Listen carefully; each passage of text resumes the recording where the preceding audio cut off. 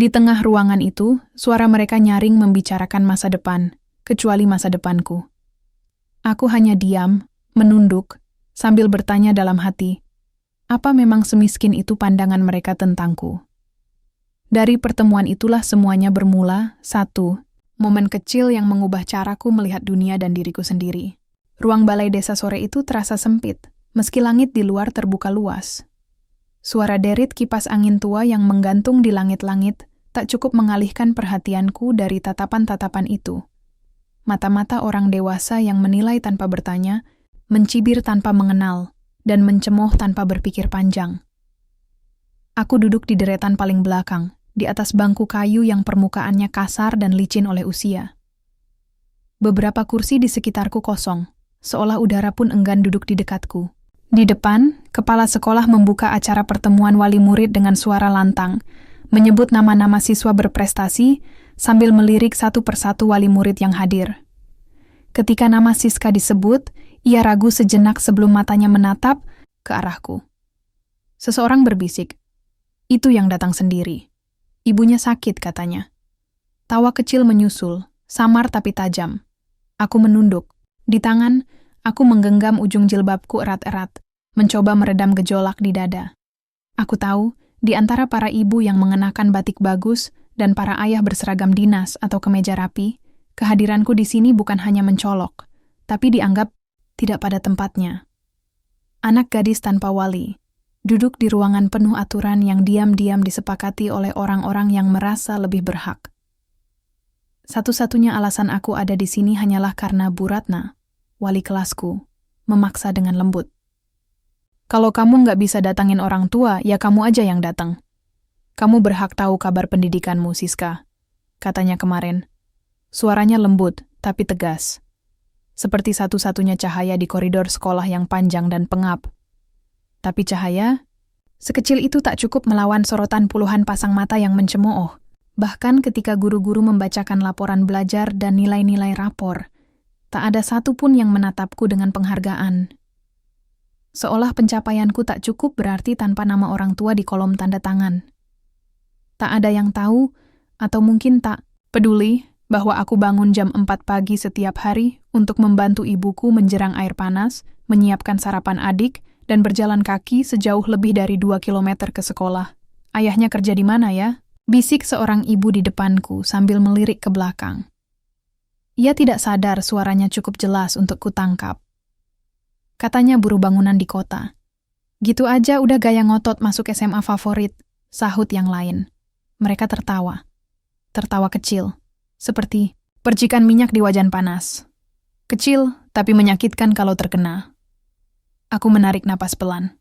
Di luar jendela, seekor burung gereja hinggap di ranting pohon ketapang yang menjulur ke arah aula. Bulunya kusut, kepalanya menoleh ke sana kemari, seperti sedang mencari sesuatu yang hilang. Entah kenapa, aku merasa ada yang sama dariku dan burung itu terjebak di tempat yang tak sepenuhnya menerima, tapi tetap bertahan. Mungkin, dalam diam, kami sama-sama menunggu waktu yang tepat untuk terbang. Sepulang dari balai desa, aku melewati jalan kecil berbatu di pinggir sawah. Matahari sudah turun ke balik perbukitan, meninggalkan langit jingga yang lembut. Kaki-kakiku lelah, tapi pikiranku lebih lelah lagi. Kata-kata ibu-ibu tadi masih terngiang di kepala, seperti gema yang tak tahu diri. Di rumah, ibu tertidur di dipan rotan, dengan handuk basah di dahinya. Panasnya belum turun sejak kemarin. Adikku, Dira, tengah menggambar di lantai dengan krayon bekas yang ujungnya sudah tumpul. Ia melihatku pulang dan tersenyum lebar, seolah dunia tak pernah menyakitkan. "Kak, aku gambar rumah kita," katanya bangga. Aku tersenyum kecil dan mengangguk. "Bagus, rumahnya besar ya. Biar nanti kalau kakak jadi orang hebat, kita tinggal di sana." Dadaku bergetar. Entah dari rasa haru, atau dari rasa takut bahwa aku tak akan pernah bisa menjadi seperti yang adikku bayangkan. Malamnya, aku duduk di dekat jendela, menatap langit malam yang pekat tanpa bintang. Di meja kecilku, tumpukan buku catatan berserakan. Aku membuka halaman terakhir dari buku harian tua yang sudah lama kusimpan, lalu menulis pelan-pelan. Hari ini aku pergi ke pertemuan wali murid. Semua orang menatapku seperti aku salah tempat, tapi aku tidak salah mimpi. Aku ingin buktikan bahwa nilai rapor bukan hanya angka, tapi tanda bahwa aku masih bertahan dan masih ingin belajar. Aku tutup buku itu, lalu rebah dengan mata terbuka. Di dalam kepalaku, burung kecil tadi masih hinggap di ranting. Tapi malam ini, ia mulai mengepakkan sayapnya. Pelan, ragu, tapi penuh harapan. Dan entah kenapa, aku mulai percaya bahwa mungkin suatu hari nanti aku akan terbang juga. Pagi datang dengan embun yang menempel di ujung dedaunan dan suara ayam berkokok dari kandang tetangga. Aku melangkah cepat ke sekolah, seperti biasa, dengan buku catatan di tangan kanan dan bekal nasi bungkus di tangan kiri.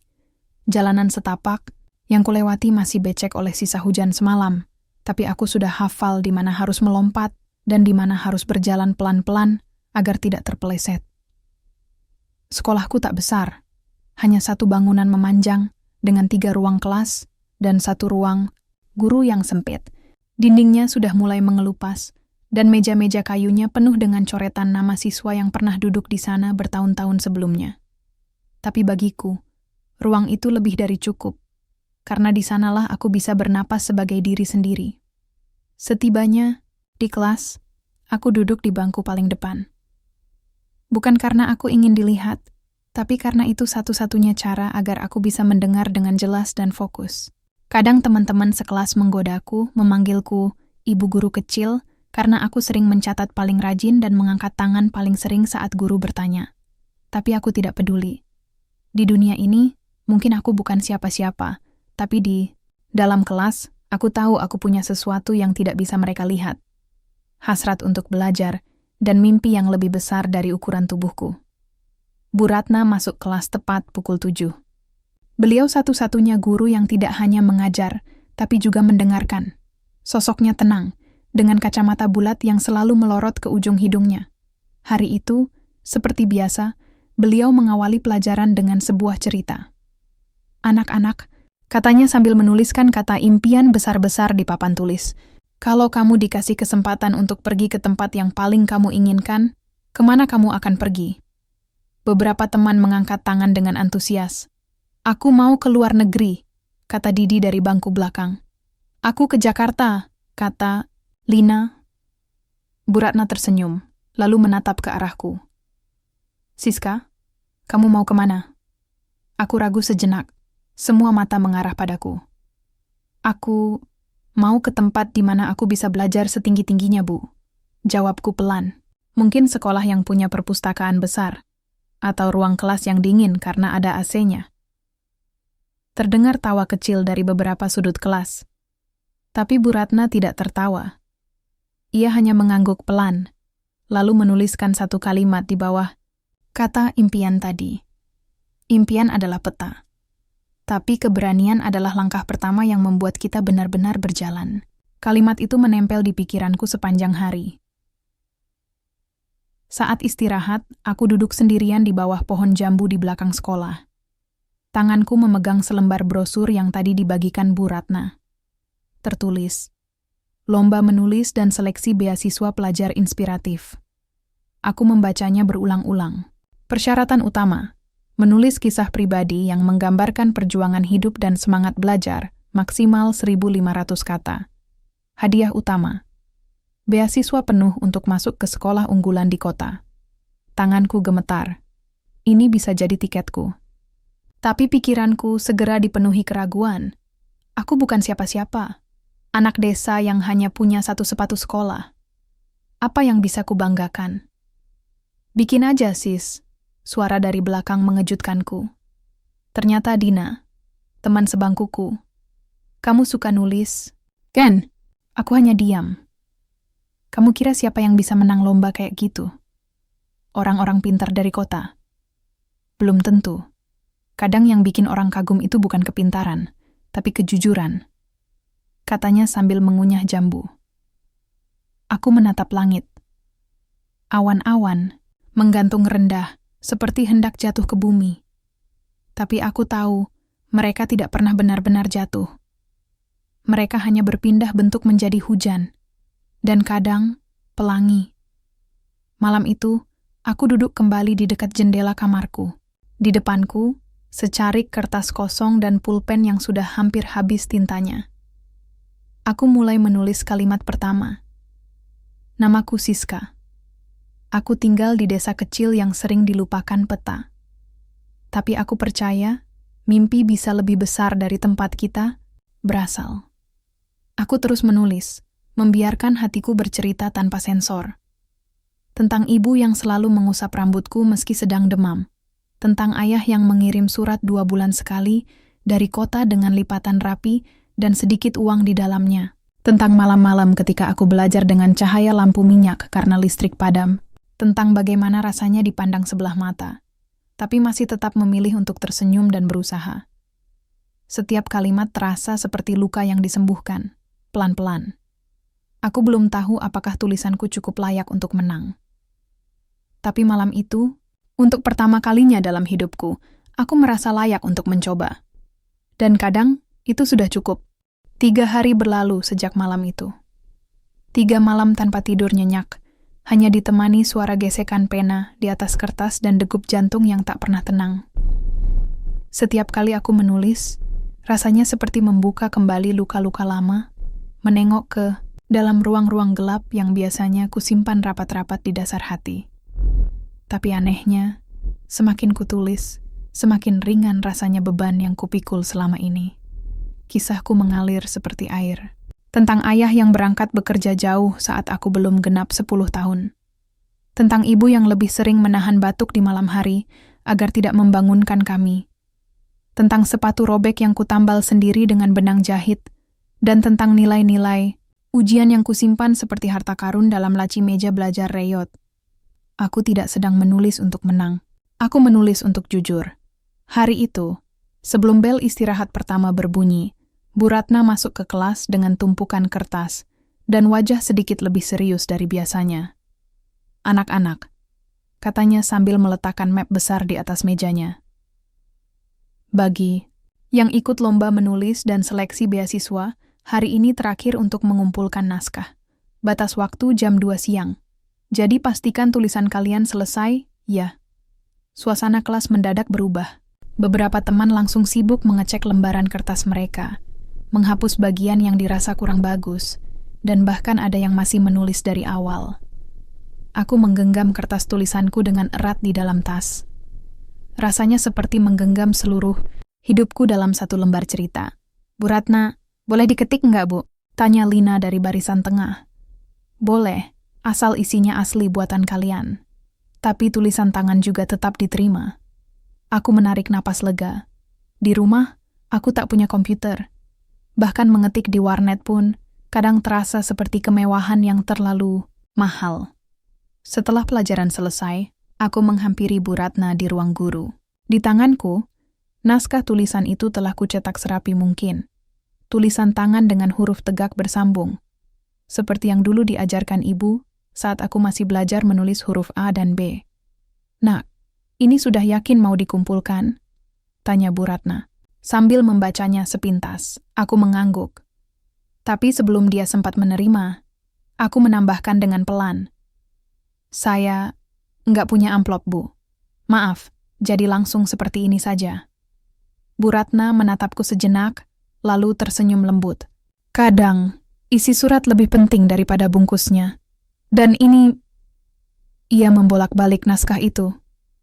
Tulisannya jujur sekali, Siska. Bu Ratna bangga. Kalimat itu membuat dadaku berdesir.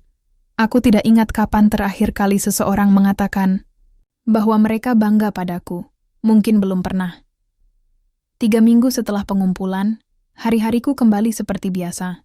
Belajar, membantu ibu, menjaga adik, dan menulis diam-diam di balik buku catatan. Aku tidak banyak berharap. Setiap kali mendengar tawa teman-teman membicarakan siapa yang mungkin menang, aku hanya tersenyum kecil dan memilih diam. Tapi harapan itu tidak benar-benar hilang. Ia hidup kecil di dalam dada, seperti bara yang menolak padam meski hujan datang bertubi-tubi. Sampai suatu siang yang tak biasa, Kepala sekolah datang ke kelasku dengan membawa sebuah map coklat dan sebuah amplop besar. "Permisi," katanya, membuat seluruh kelas mendadak hening. Ia menyerahkan amplop itu pada Bu Ratna, lalu berbisik sesuatu yang tak terdengar dari tempat dudukku. Bu Ratna membuka amplopnya perlahan, lalu matanya melebar. Ia menatap ke arahku. "Siska, ke depan, nak." Degup, jantungku melonjak. Jari-jariku gemetar saat berdiri dan melangkah ke depan kelas. Semua mata memandang. Beberapa teman saling bertukar tatapan. Aku bisa merasakan ketegangan di udara, seperti saat petir hampir menyambar. "Siska, kamu lolos," kata Bu Ratna. Dengan suara parau, aku membeku. "Kamu terpilih sebagai satu dari 5 siswa sekabupaten yang mendapat kesempatan beasiswa ke SMA unggulan negeri di kota." Suara di sekitarku menghilang. Dunia seolah mengecil hanya menjadi titik-titik cahaya yang berpendar di pinggir mataku. Aku tidak tahu harus berkata apa. Bahkan tubuhku terasa seperti bukan milikku. "Selamat." "Ya," lanjut Bu Ratna sambil menepuk pundakku. "Tuhan tidak tidur, Siska." Aku menunduk. Air mata menetes begitu saja, menembus lantai, menembus tanah, mungkin menembus sampai ke dasar luka-luka masa lalu, yang tak pernah sempat kubalut dengan apapun selain diam. Sore itu, aku pulang dengan langkah pelan, membawa salinan surat pemberitahuan beasiswa di dalam tas yang sama, tas yang sobek di bagian samping, dan sudah 2 kali kutambal dengan benang dan lem. Setibanya di rumah, aku menunjukkan surat itu pada ibu. Ia membaca pelan, lalu menatapku dengan mata yang berembun. "Kamu benar-benar akan pergi?" Aku mengangguk. "Tapi, aku nggak akan pergi kalau ibu keberatan." Ibu menarik napas panjang. "Ibu sedih karena harus pisah. Tapi lebih sedih kalau kamu berhenti di sini."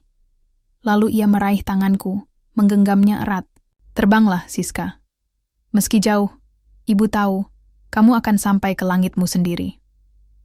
Dan malam itu, untuk pertama kalinya dalam hidupku, aku merasa punya sayap.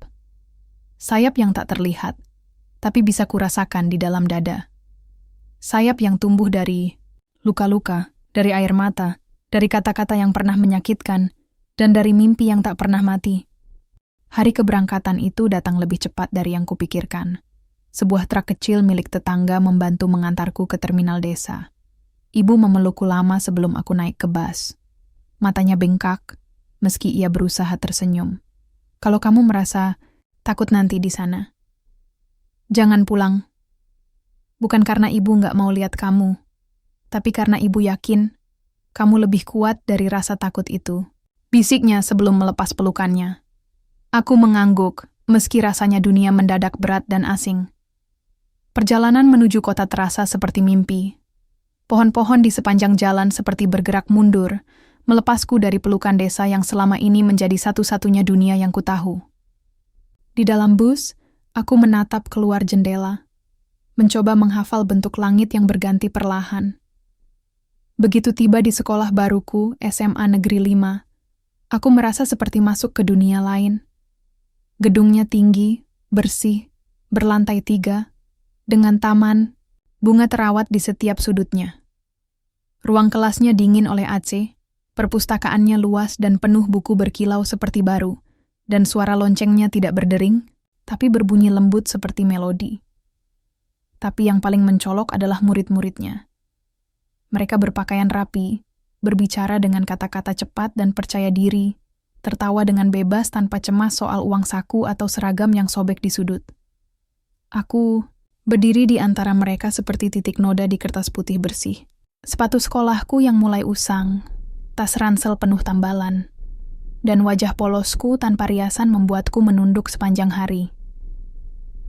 Hari pertama orientasi, kami disuruh memperkenalkan diri satu persatu. Saat giliranku tiba, aku berdiri di depan kelas sambil menatap sepatu. "Nama saya Siska, dari SMP Negeri 2 Seruni, Desa Tanjung Sari." Seorang siswa cowok di barisan belakang tertawa kecil. "Seruni? Itu yang kalau hujan sinyalnya hilang?"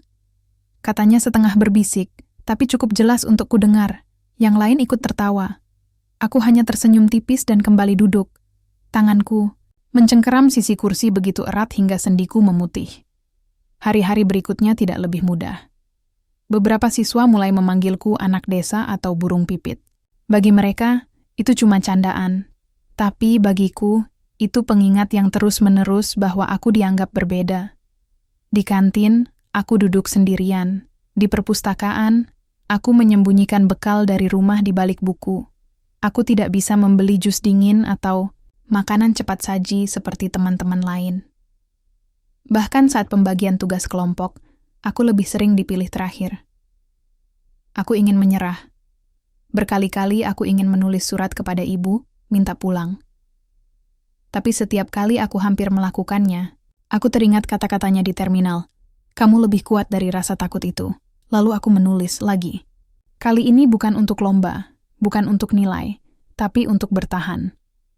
Aku mulai mencatat semua rasa, malu, marah, kecewa, sedih, dan sesekali bahagia. Aku menulis di buku kecil yang selalu kuselipkan di dalam tas.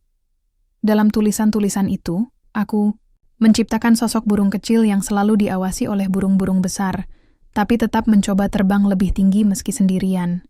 Burung kecil itu, secara perlahan, mulai mengerti bahwa tidak semua langit harus dikuasai. Kadang cukup untuk bisa melintas tanpa jatuh. Suatu hari, saat pelajaran bahasa Indonesia, Bu Yuliani, guru yang baru kutemui 2 kali, memberi tugas, membuat pidato pendek tentang diri dan impian. Ia memilih beberapa siswa untuk maju ke depan, dan tanpa kuduga ia menyebut namaku. Siska, silakan. Jantungku nyaris berhenti. Aku menatap papan tulis, lalu teman-teman sekelas. Tapi aku tahu, jika aku menolak sekarang, aku akan terus jadi bayangan yang mengendap di sudut. Aku berdiri perlahan, dan untuk pertama kalinya sejak masuk sekolah ini, aku bicara di depan kelas tanpa menunduk. Nama saya Siska. Saya berasal dari desa kecil yang mungkin tidak kalian kenal, tapi saya percaya. Mimpi itu tidak tergantung dari tempat kita berasal, tapi dari seberapa keras kita berjalan untuk mencapainya. Ruangan hening. Saya mungkin tidak secerdas kalian, tidak sekaya, tidak sepandai berbicara. Tapi saya ingin belajar. Dan saya harap itu cukup untuk memulai. Lalu aku duduk kembali. Tak ada tepuk tangan, tapi tidak ada tawa juga, itu cukup. Di lorong sekolah sepulang kelas, seseorang menepuk pundakku. Aku menoleh. Namanya Keisha, salah satu siswa terpintar dan paling populer di sekolah. Rambutnya rapi, bajunya selalu wangi, dan suaranya tenang. Pidatomu, tadi bagus. Katanya singkat. Aku menatapnya, terkejut. Serius, kamu harus ikut lomba pidato sekolah minggu depan. Kamu bisa. Aku ingin menjawab, tapi kata-kata tercekat di tenggorokan. Jadi aku hanya mengangguk. Dan dalam hatiku, suara kecil itu kembali berbunyi. Mungkin, aku tidak sepenuhnya sendirian. Malamnya, aku menulis lagi. Tapi kali ini bukan tentang luka. Aku menulis tentang cahaya kecil yang mulai muncul di balik bayang-bayang panggung besar. Burung kecil itu mulai membuka paruhnya. Bukan untuk bernyanyi, tapi untuk mengatakan bahwa ia ada. Dan langit akhirnya mulai mendengarnya. Aku berdiri di depan cermin kamar asrama. Rambutku kupilin rapi, seragamku setrika semalam, dan sepatuku usap bersih meski bagian solnya mulai aus.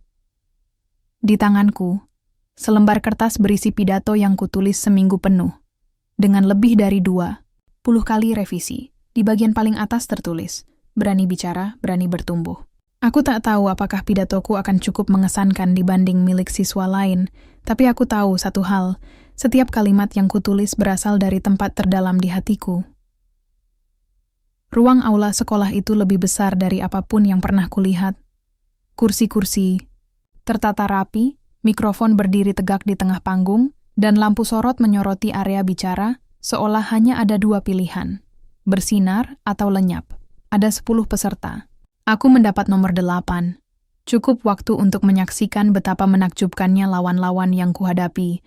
Mereka bicara seperti politisi, penuh percaya diri, mengutip tokoh dunia, dan disambut tepuk tangan meriah. Tangan dan lututku gemetar. Di kursi tunggu, aku hampir tak bisa bernapas. Tiba-tiba, Keisha duduk di sampingku. "Kamu bisa," katanya pelan. Aku hanya menatapnya bingung. Dia tidak tersenyum lebar seperti biasanya. Tidak memberi semangat dengan kata-kata mewah, hanya berkata dengan tenang, tulus. Dan saat panitia memanggil, "Nomor 8 Siska dari kelas 10 IPA 2, silakan maju." Aku bangkit. Langkahku berat, tapi tidak mundur. Cahaya lampu menyorot mataku. Aku berdiri di depan mikrofon, sejenak memejamkan mata. Telingaku hanya mendengar detak jantungku sendiri. Lalu aku mulai bicara. Dulu, saya percaya bahwa suara saya kecil, tidak cukup keras untuk didengar, tidak cukup penting untuk disimak. Tapi hari ini saya berdiri di sini, bukan karena saya yakin saya hebat, tapi karena saya tahu saya punya cerita yang layak didengar. Beberapa kepala mulai mengangkat. Sorot mata mereka mulai menatap lurus ke arahku. Saya berasal dari desa kecil yang tidak ada di peta besar. Saya datang ke sekolah ini dengan bekal doa dan tekad. Dan saya tahu, ada banyak siswa seperti saya, yang takut bicara karena merasa kalah sebelum bertanding. Suaraku mulai stabil. Tapi hari ini, saya ingin berkata, jangan diam. Jangan biarkan tempat asalmu, pakaianmu, logatmu, atau isi dompetmu menentukan siapa kamu. Beberapa tepuk tangan pelan mulai terdengar. Saya tidak tahu apakah saya akan menang hari ini. Tapi jika saya bisa berdiri di sini, maka siapapun bisa. Karena suara kita bukan ditentukan oleh kerasnya, tapi oleh keberanian untuk menyuarakannya. Tepuk tangan mulai ramai. Saya Siska. Dan saya memilih untuk bicara. Aku menunduk sedikit, lalu berjalan turun dari panggung. Jantungku masih berdegup kencang, tapi kali ini bukan karena takut, melainkan karena lega. Karena akhirnya, aku benar-benar berdiri sebagai diriku sendiri. Di sela istirahat sebelum pengumuman, aku duduk sendirian di tangga belakang aula. Aku tidak tahu harus berharap atau tidak. Tapi aku tahu satu hal. Hari ini, aku tidak kalah. Keisha datang membawa 2 botol air. Ia menyerahkan satu padaku. Aku tahu kamu bisa. Aku hanya bisa tersenyum. Makasih, udah percaya sebelum aku sendiri yakin. Ia mengangkat bahu. Karena kadang, kita cuma butuh satu orang yang percaya lebih dulu. Pengumuman pemenang dibacakan di atas panggung. Juara ketiga disebut. Bukan aku. Juara kedua disebut. Masih bukan aku, hatiku mulai berdetak cepat. Aku tidak tahu apakah aku harus kecewa atau bersyukur. Dan juara pertama lomba pidato antar siswa baru tahun ini adalah Siska dari kelas 10 IPA 2. Sejenak hening, aku tidak langsung berdiri. Seperti tak percaya, seperti namaku itu milik orang lain. Hingga suara tepuk tangan memenuhi ruangan. Riuh, hangat, jujur. Aku berjalan ke depan panggung. Di tanganku, sertifikat penghargaan diserahkan dengan senyum lebar dari kepala sekolah. Kamu bukan hanya berbicara, kamu menyentuh. Aku menatap sertifikat itu. Tidak berat, tapi artinya besar sekali. Sepulang dari acara, di kamar, aku menulis lagi. Burung kecil itu kini tahu. Bukan sayapnya yang lemah, tapi langit yang dulu terlalu sempit. Kini, ia terbang lebih tinggi. Bukan untuk meninggalkan, tapi untuk membuktikan bahwa ia bisa. Malam itu, aku menatap langit dari jendela asrama. Di sana, bintang-bintang masih sama, seperti yang kulihat dari desa dulu. Tapi malam ini, aku merasa mereka melihatku kembali. Hari itu, langit mendung sejak pagi. Udara terasa berat, seolah langit menyimpan tangis yang belum sempat tumpah. Aku duduk di barisan depan aula, mengenakan toga sederhana yang disiapkan sekolah. Nama-nama sudah dipanggil satu persatu untuk menerima penghargaan dan sertifikat kelulusan. Ketika namaku disebut, aku melangkah ke atas panggung. Suara tepuk tangan menggema di seluruh ruangan. Beberapa guru berdiri, beberapa teman menyorakan namaku. Aku hanya tersenyum kecil. Di dadaku, medali tergantung pelan-pelan, seolah menegaskan bahwa ini bukan mimpi. Namun, Di tengah riuh itu, mataku menatap satu sudut aula. Di sana ibu duduk, mengenakan kebaya pinjaman dari tetangga. Matanya basah. Tangan gemetar saat melambai padaku. Dan untuk sesaat, aku merasa kecil lagi. Seperti dulu, saat pertama kali kami berbagi nasi dan mimpi dalam satu piring yang sama. Setelah acara, aku diminta memberikan pidato sebagai siswa terbaik. Awalnya, aku ragu. Tapi kepala sekolah memintaku dengan mata penuh harap. Dan Keisha menggenggam tanganku dari samping, berkata, "Kalau bukan kamu, siapa lagi?" Aku mengangguk, lalu melangkah ke podium. Suara mikrofon berdengung sebentar, lalu hening. Aku menghela napas dalam-dalam, lalu mulai berbicara. Terima kasih kepada semua guru dan teman-teman. 3 tahun yang lalu, saya datang ke sini tanpa tahu apakah saya cukup layak untuk duduk di bangku sekolah ini. Tapi hari ini, saya berdiri di sini. Tidak karena saya lebih hebat, tapi karena saya tidak menyerah. Ruangan tenang. Beberapa murid mulai menunduk. Beberapa guru mengangguk pelan. Sejak kecil, saya sering dikatakan tidak mungkin bisa sekolah tinggi. Anak desa mana bisa bersaing di kota? Begitu kata mereka. Tapi hari ini, saya ingin membagikan kisah tentang seekor burung kecil. Suaraku nyaris bergetar, tapi aku teruskan. Burung kecil itu hidup di dahan yang rapuh, di pohon tua yang hampir tumbang. Setiap kali ia mencoba terbang, angin mengejeknya, burung-burung lain menertawakannya. Tapi burung kecil itu terus mengepakkan sayap bukan karena yakin bisa sampai ke langit, tapi karena ia tahu diam artinya mati. Beberapa mata mulai berkaca-kaca, tapi belum selesai. Burung kecil itu pernah jatuh. Berkali-kali. Tapi setiap kali jatuh, ia bangun, bukan untuk membalas, tapi untuk membuktikan bahwa suara sekecil apapun bisa menggema, jika disuarakan dengan hati. Aku menunduk sebentar, menarik napas, lalu menatap seluruh ruangan. Dan hari ini, saya ingin jujur. Burung kecil itu adalah saya. Beberapa murid menoleh ke arahku. Di barisan depan, ibu menutup mulutnya dengan tangan. Mata kami bertemu. Aku melihatnya menangis. Saya anak dari keluarga yang hidup pas-pasan. Pernah menjual gorengan sepulang sekolah.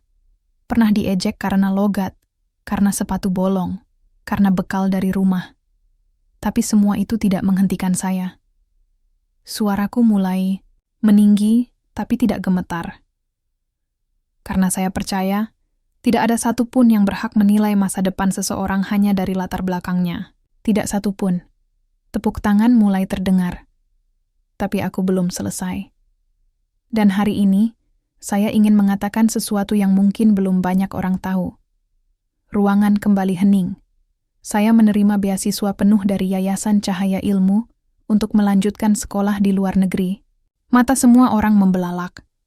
Aku mendengar desahan tak percaya. Beberapa bahkan saling berpandangan.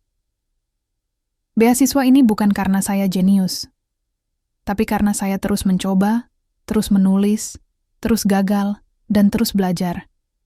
Saya tidak menyangka akan terpilih. Tapi sekarang saya tahu, jalan yang saya lalui, betapapun sunyinya, tidak sia-sia. Tepuk tangan meledak. Kali ini keras, panjang, menggema. Tapi aku hanya menatap ke satu arah, ke arah ibu yang kini berdiri, menutup wajah dengan 2 tangan. Usai pidato, banyak yang datang menghampiri. Guru-guru, teman sekelas, bahkan orang tua murid lain. Beberapa menepuk pundakku. Ada yang menangis, ada yang memeluk ibu. Bahkan seorang bapak yang dulu pernah mencibirku di pertemuan wali murid, kini berkata pelan, "Kami salah menilai kamu, Siska." Aku hanya mengangguk. Tidak ada kebencian, hanya kelegaan. Tapi di tengah semua itu, di luar aula, hujan turun perlahan. Seolah langit sendiri tak kuasa menahan haru. Aku berdiri di bawahnya, tanpa payung. Karena aku tahu, hujan seperti ini bukan untuk disembunyikan, tapi untuk dirasakan. Malamnya, sebelum tidur, aku menulis lagi. Burung Kecil itu tidak lagi takut pada badai. Karena kini, ia tahu. Bukan hanya ia bisa terbang, tapi ia punya langit yang layak diperjuangkan. Beberapa hari setelah wisuda, rumah kami tak pernah sepi. Orang-orang datang silih berganti. Ada yang membawa buah tangan, ada yang sekadar ingin melihat anak desa yang berhasil. Aku mencoba tersenyum kepada semuanya. Menerima ucapan selamat, mendengar pujian, dan menjawab pertanyaan-pertanyaan yang sama berulang-ulang. Tapi di balik semua itu, aku lelah. Aku ingin sendiri. Bukan karena aku sombong, tapi karena aku takut. Takut akan hari-hari yang terlalu tenang, karena biasanya badai datang setelahnya. Satu sore, saat matahari hampir tenggelam, aku duduk di belakang rumah. Di bawah pohon jambu, yang dulu sering kupanjat saat kecil. Angin sore membawa aroma tanah dan daun tua. Dan di sanalah, suara itu kembali datang. Bukan suara nyata, tapi gema dari masa lalu. Kamu nggak akan jadi apa-apa, Siska. Udah cukup sekolah sampai SMP aja. Ngapain kamu belajar keras? Orang miskin juga bakal kerja kasar. Anak seperti kamu nggak pantas mimpi tinggi. Suara-suara itu datang dari wajah-wajah yang dulu menatapku dengan sinis. Suara yang dulu kuanggap luka, kini berubah menjadi bisikan yang memaku. Aku menunduk, lututku gemetar. Dan untuk pertama kalinya sejak lama, aku menangis bukan karena sedih, tapi karena takut bahwa diriku masih terjebak di sana, di ruang kecil bernama keraguan. Beberapa hari kemudian, sebuah amplop datang. Dari seseorang yang tak kusangka, ayah. Orang yang meninggalkan kami bertahun-tahun lalu, tanpa kabar, tanpa pamit. Aku bahkan nyaris melupakannya. Dalam surat itu, ia menulis dengan huruf yang nyaris tak bisa kubaca. Siska, ayah dengar kamu berhasil. Maaf kalau ayah nggak pernah jadi bagian dari prosesmu. Tapi ayah ingin ketemu. Sekali saja. Tanganku gemetar menggenggam kertas itu. Emosi dalam dadaku campur aduk. Marah, rindu, bingung, takut. Ibu tak mengatakan apa-apa saat kutunjukkan surat itu. Tapi aku tahu matanya menyimpan cerita yang belum pernah dia ucapkan. Beberapa hari kemudian, aku memutuskan datang ke tempat yang disebutkan dalam surat. Sebuah warung tua di pinggir jalan, tak jauh dari terminal. Aku datang sendirian. Duduk menunggu di kursi kayu. Sementara waktu terasa berjalan lebih lambat dari biasanya. Hingga akhirnya, seorang lelaki tua muncul dari balik pintu. Rambutnya sebagian memutih, langkahnya pelan. Tapi wajah itu, matanya, garis senyumnya, tak pernah berubah. Ayah, aku, berdiri. Ia tersenyum canggung. Hai Siska. Suaranya serak. Aku tak menjawab, hanya duduk kembali. Ia ikut duduk, menatapku sejenak sebelum bicara lagi. Kamu tumbuh jadi hebat ya. Ayah dengar dari orang-orang di desa sebelah. Aku tetap diam, memandang meja, hanya mendengar, tanpa memberi. Ayah, minta maaf. Dulu ayah tinggalkan kamu dan ibu. Karena ayah pikir, ayah bukan laki-laki yang cukup kuat buat jadi kepala keluarga. Ayah gagal. Butir air mata jatuh ke tangan yang ia letakkan di atas meja. Aku masih diam, tapi dadaku terasa panas. Setiap malam, ayah cuma bisa bayangkan. Kamu tidur di samping ibu, nunggu ayah pulang. Tapi ayah nggak pernah datang. Ayah terlalu pengecut. Aku menggigit bibirku, lalu berkata pelan, "Kenapa sekarang ayah?" Ia mengangkat kepala. Matanya basah, karena ayah ingin bilang, kamu layak bahagia, bukan karena ayah bangga, tapi karena kamu berhasil meskipun ayah nggak pernah ada. Dan saat itu, air mata yang kutahan sejak tadi tumpah. Ayah tahu nggak, berapa malam aku tidur sambil nunggu suara motor di depan rumah? Berapa kali aku tanya ke ibu, ayah mana? Dan dia cuma bilang, ayah lagi kerja, padahal dia sendiri nggak tahu. Ayah tertunduk. Dan hari ini, aku berhasil, bukan karena ayah, tapi karena ibu. Karena semua luka yang ayah tinggalkan, aku pakai buat terbang. Aku bangkit berdiri. Napasku berat. Tapi aku tidak pergi. Aku duduk kembali perlahan. lalu berkata dengan suara yang lebih tenang, "Tapi, kalau ayah datang ke sini bukan untuk pengakuan, kalau ayah datang cuma untuk minta maaf, aku terima." Ayah menatapku, kaget.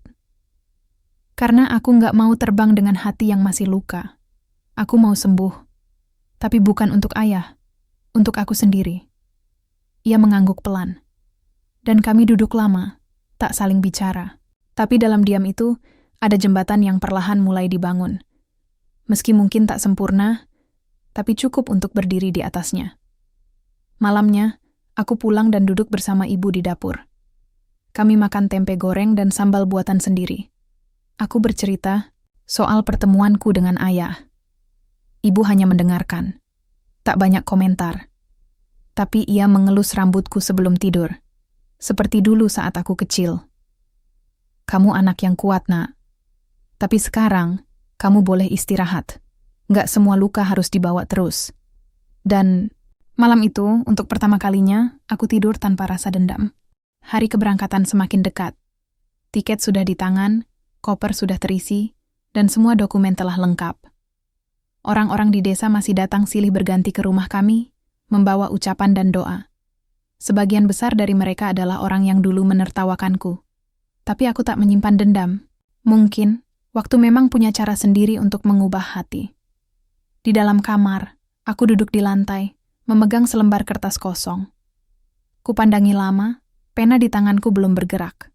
Ini bukan surat untuk orang lain. Ini surat untuk diriku sendiri, yang dulu. Yang kecil, yang takut, yang pernah hampir menyerah. Aku mulai menulis. Untuk Siska kecil yang dulu duduk di pojok kelas dengan sepatu bolong dan kertas ujian kosong. Kamu tidak tahu seberapa jauh kamu akan melangkah. Tapi, kamu tetap belajar, meski orang-orang bilang itu sia-sia.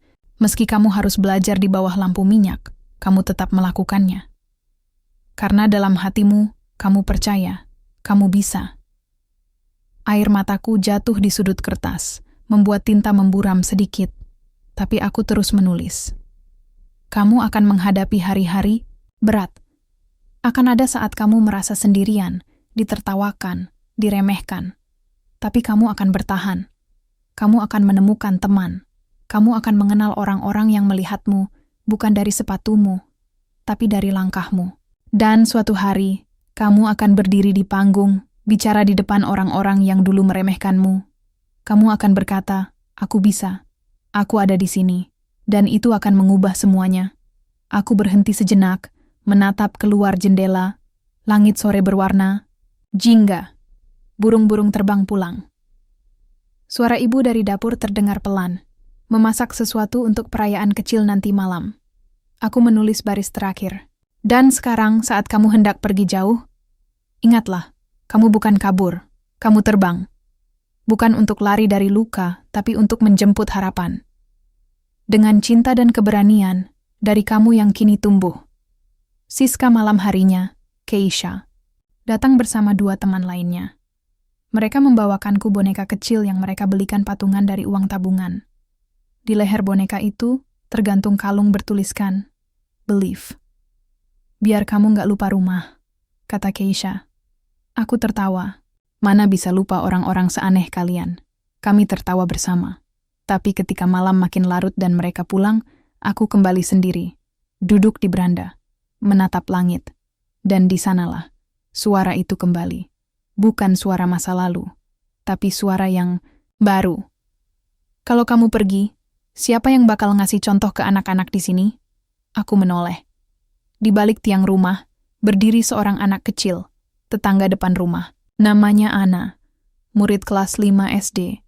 "Contoh?" tanyaku. Ana mengangguk. "Kata Bu Guru, kamu kayak cahaya. Kalau kamu pergi, siapa yang bakal terangin kita?"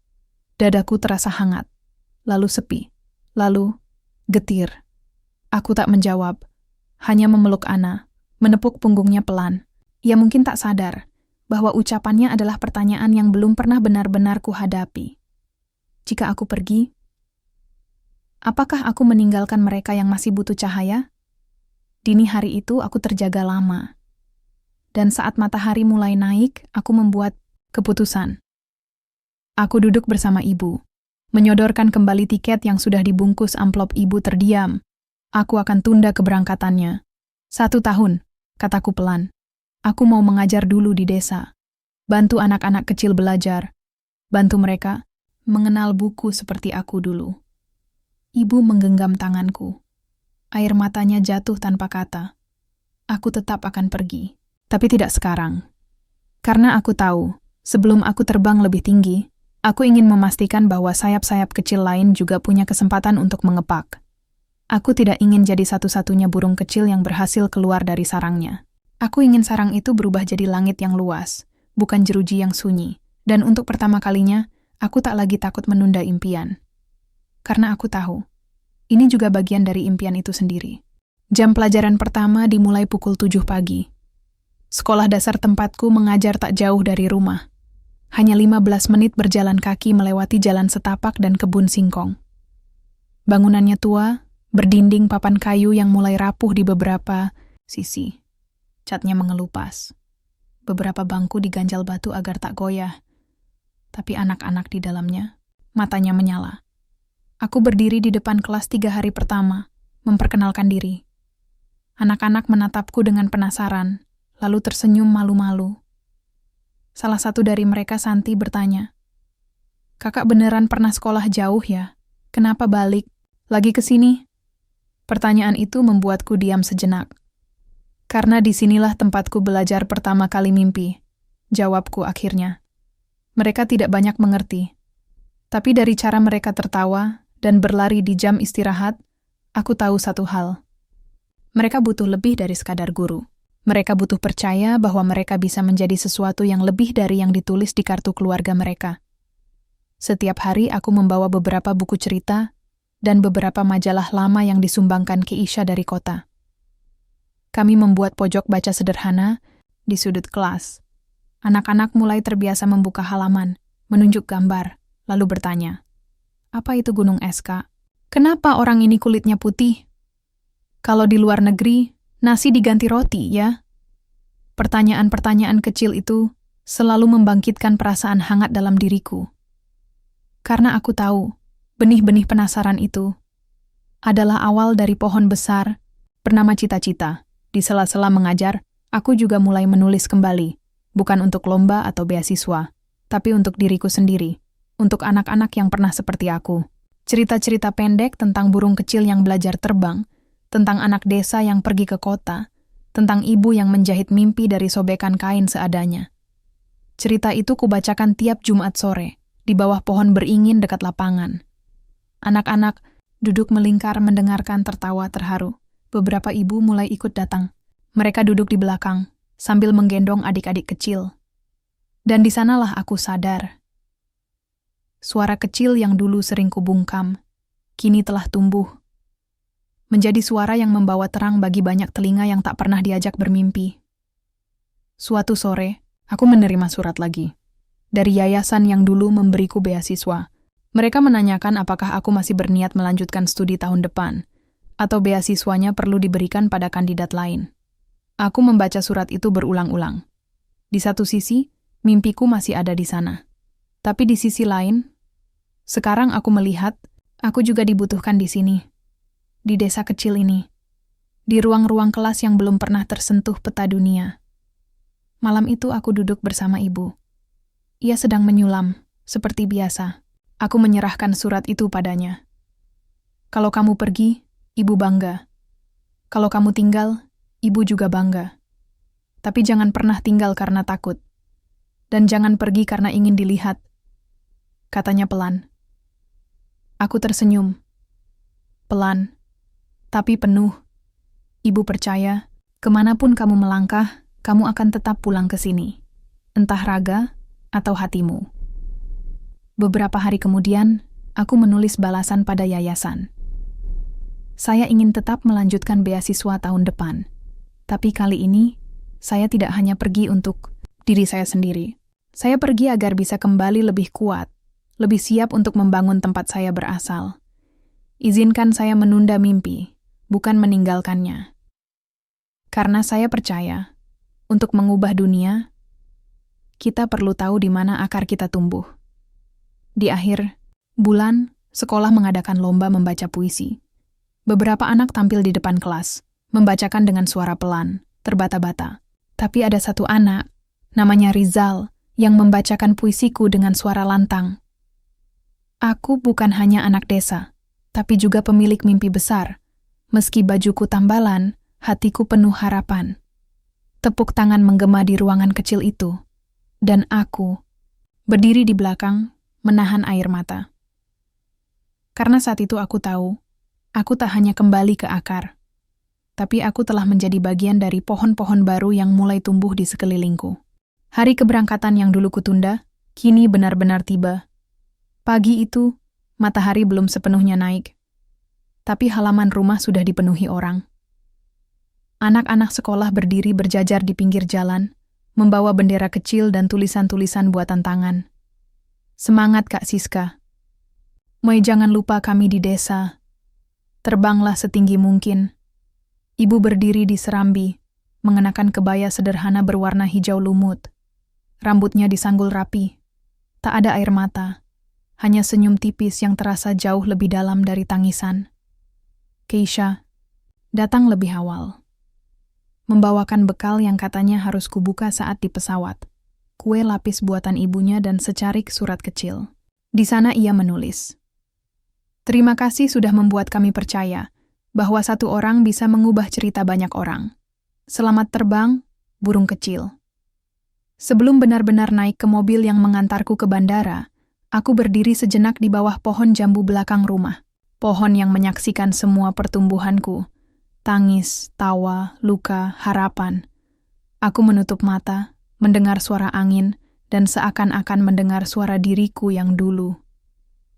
Suara kecil itu kini jauh, tapi masih ada. Aku takut. Dan aku menjawab, "Tapi kita terbang juga, kan?" Aku tersenyum, lalu melangkah. Di dalam mobil, aku membuka buku catatan kecil yang selama ini kubawa kemana-mana. Di sana tertulis pidato wisudaku, yang hingga hari ini masih terasa nyata. Kita semua pernah jadi burung kecil, dilecehkan, dianggap tak mampu, tapi yang orang lupa, burung kecil punya sayap. Dan walaupun sayap itu tak terlihat, ia tetap bisa terbang. Perjalanan ke bandara terasa seperti mimpi yang diputar ulang dalam pelan. Tapi kali ini, aku tak lagi merasa cemas. Tak lagi merasa perlu membuktikan apapun. Aku pergi bukan karena ingin diakui, tapi karena aku siap menjadi jembatan. Saat pesawat tinggal landas, aku menoleh ke jendela. Awan putih menyambutku. Dunia di bawah mengecil, tapi hatiku justru membesar, dipenuhi harapan. Dan di ketinggian itu, aku menulis sekali lagi, untuk terakhir kalinya di halaman terakhir buku catatanku. Burung kecil itu sudah tak kecil lagi.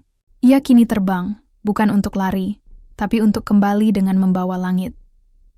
Tahun-tahun berikutnya, aku kuliah dan menulis buku tentang perjalananku. Buku itu akhirnya sampai ke desa, ke perpustakaan kecil yang dulu kudirikan dari sumbangan. Buku bekas. Namanya, Sayap yang Tak Terlihat.